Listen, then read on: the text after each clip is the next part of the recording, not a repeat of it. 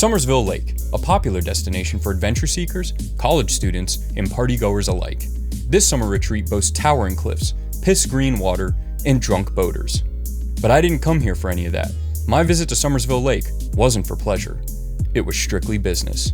You see, there is one other thing that Summersville Lake is known for, and that thing is deep water soloing. Deep water soloing is the art of unroped climbing over a body of water, and Summersville Lake is famous for it. And in my journey to send the most famous dinos around the globe, Summersville Lake was my next destination. The target was Whippoorwill Dino, a large, ungraded dino with a difficult elevator catch. And my mission was to send it, grade it, and give it a name. But there was one problem. Deepwater soloing in Summersville Lake is illegal. One person was seriously injured cliff jumping at Summersville Lake yesterday. Now that brings the total number of cliff jumping injuries to 4 this year.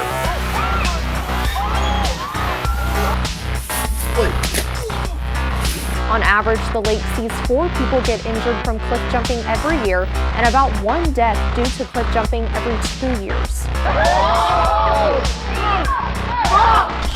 Oh shit! Oh no. The West Virginia State Police confirmed that around 8:20 this morning, a body was found in the Battle Run area.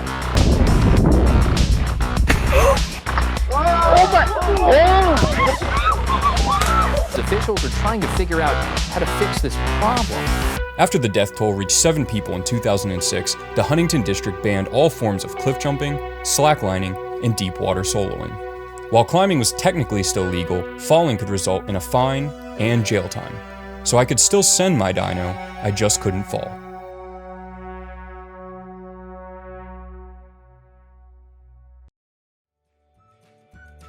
Upon arriving in Summersville, I took a look at my guidebook to see what deep water solo options the lake had to offer. Chunko Goes Bowling. That's my favorite Michael Moore movie. Afterwards, we rented a boat and headed out on the lake, where I was surprised to see that people weren't taking the new law very seriously. Yeah.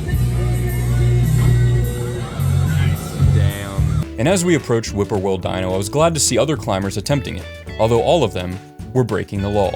But I had no intention of breaking the law, as I prepared to flash the elusive Whippoorwill Dino.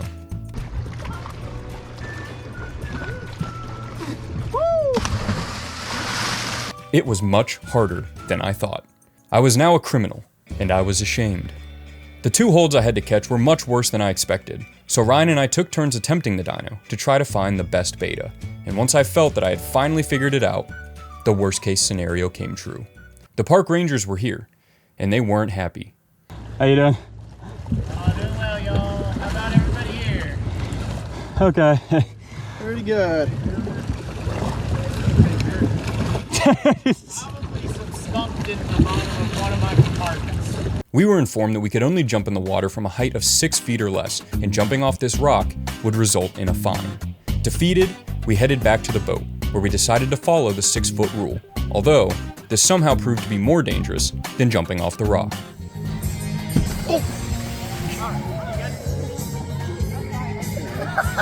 Determined to deep water solo, we found a much easier climb called Johnny Bravo 510. And while it felt good to get back out on the rock without having to worry about falling and going to jail, I didn't come out here to deep water solo. I came out here to deep water dino. Even though Ryan seemed to have a good time out on the lake, I did not. I had to find a way around the park's discriminatory rules, so I reached out to the Parks and Recreation Department to see if I could get an interview for a documentary I was filming about Summersville Lake. And to my surprise, they agreed. Not only would I get my interview, but it was with the district park manager himself. Now was my chance to find out why the West Virginia Parks Department hated rock climbers so much.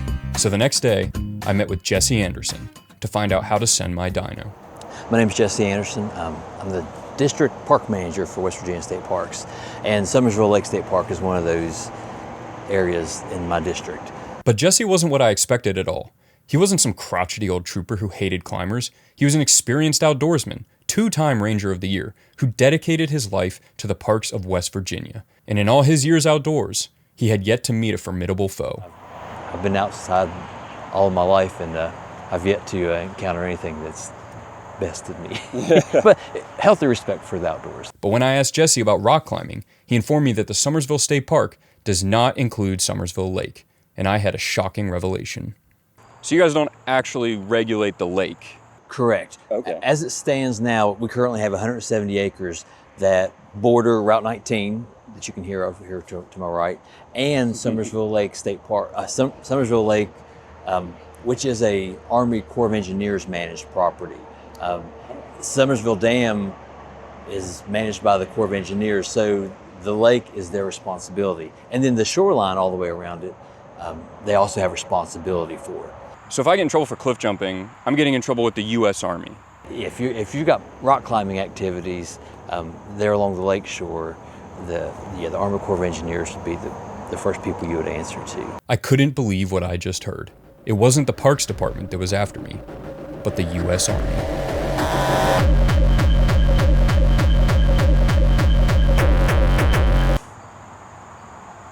The interview had given me more questions than answers, and after doing some research, I found that the fine for falling was $5,000.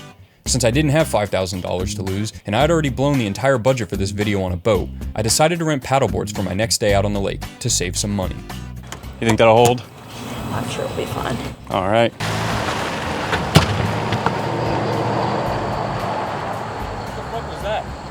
The paddleboards proved to be much more of a nuisance than the boat, as we had to lug them all the way up and down the hill every time, where I was constantly reminded that the U.S. Army was watching. But once we got out on the water, we met some other climbers, who didn't seem to care about the rules. So we're here with, what's your name? Nonathan Jevel. Nonathan Jevel. We of course have to protect his identity because he doesn't care about the law, right? No. Don't care. How do you feel about the fine on cliff jumping here? It's like a day's amount of money for me. Nonathan chose to climb Masuko, a 70-foot 511A in one of the lake's most popular deepwater solos, to prove that he wasn't afraid of the U.S. Army or their rules.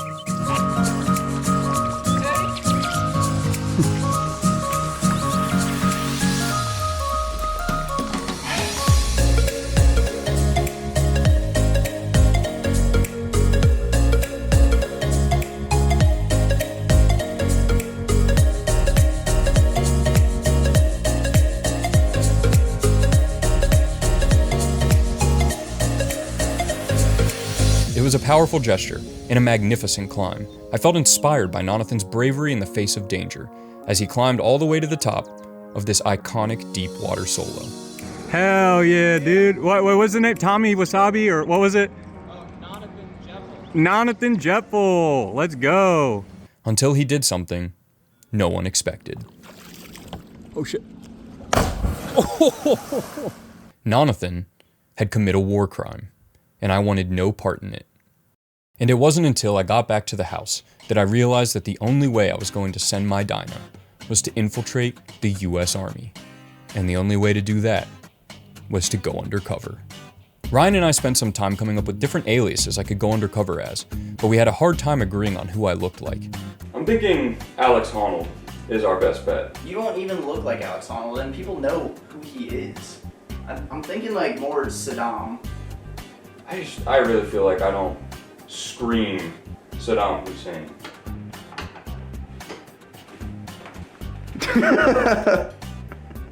While I did play a surprisingly convincing Saddam Hussein, I worried how the US Army might react to seeing the reincarnation of Saddam Hussein show up at their doorstep. So I decided to go with Adam Ondra instead, since that's always worked in the past. So I headed to the US Army Corps of Engineers Lake office to do some detective work as professional rock climber Adam Ondra. The US Army had no interest in talking to me, and worse yet, they had no idea who Adam Ondra was.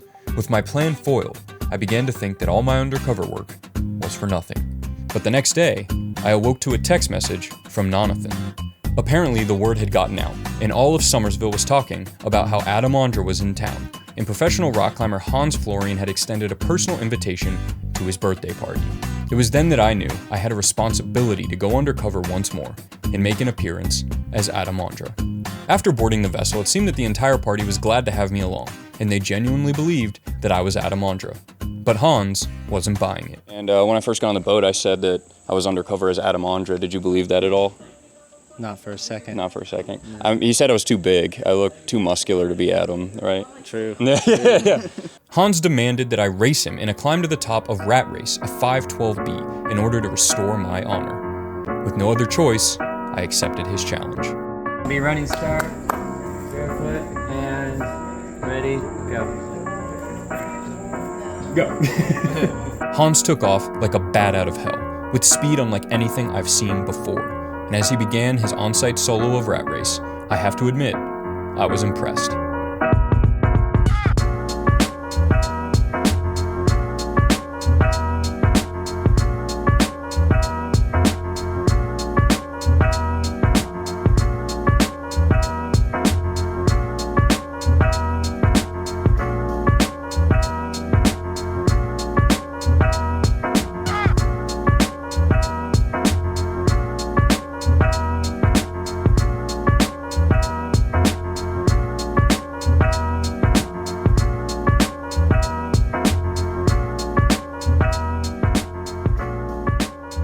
Hans finished the route in a flash, and now I had to do the same to restore my honor.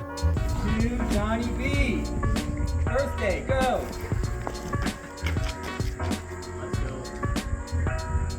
Fall. But as I began to climb, I couldn't help but feel a bit strange. How did I get here? Racing Hans Florine on an on-site solo, undercover, with a boat full of spectators who believed I was Adam Andre. Had I truly forgotten why I came here in the first place? Come on, Brandon.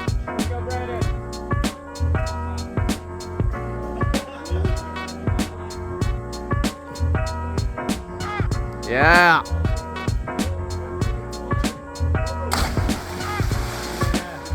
I lost to Hans, and now everyone knew I wasn't the real Adam Andre.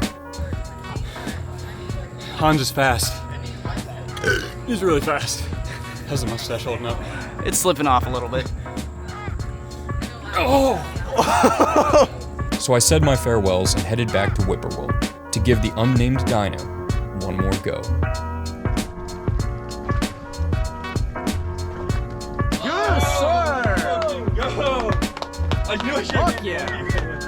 Hell yeah, dude. The battle was long and hard, but in the end, I emerged victorious. I decided that I would grade the dyno V8, since it felt about the same difficulty as Mortal Transfer, a V8 dyno in Fontainebleau. And I decided that I would name the dyno Bouncing Checks, the dyno that might cost you $5,000.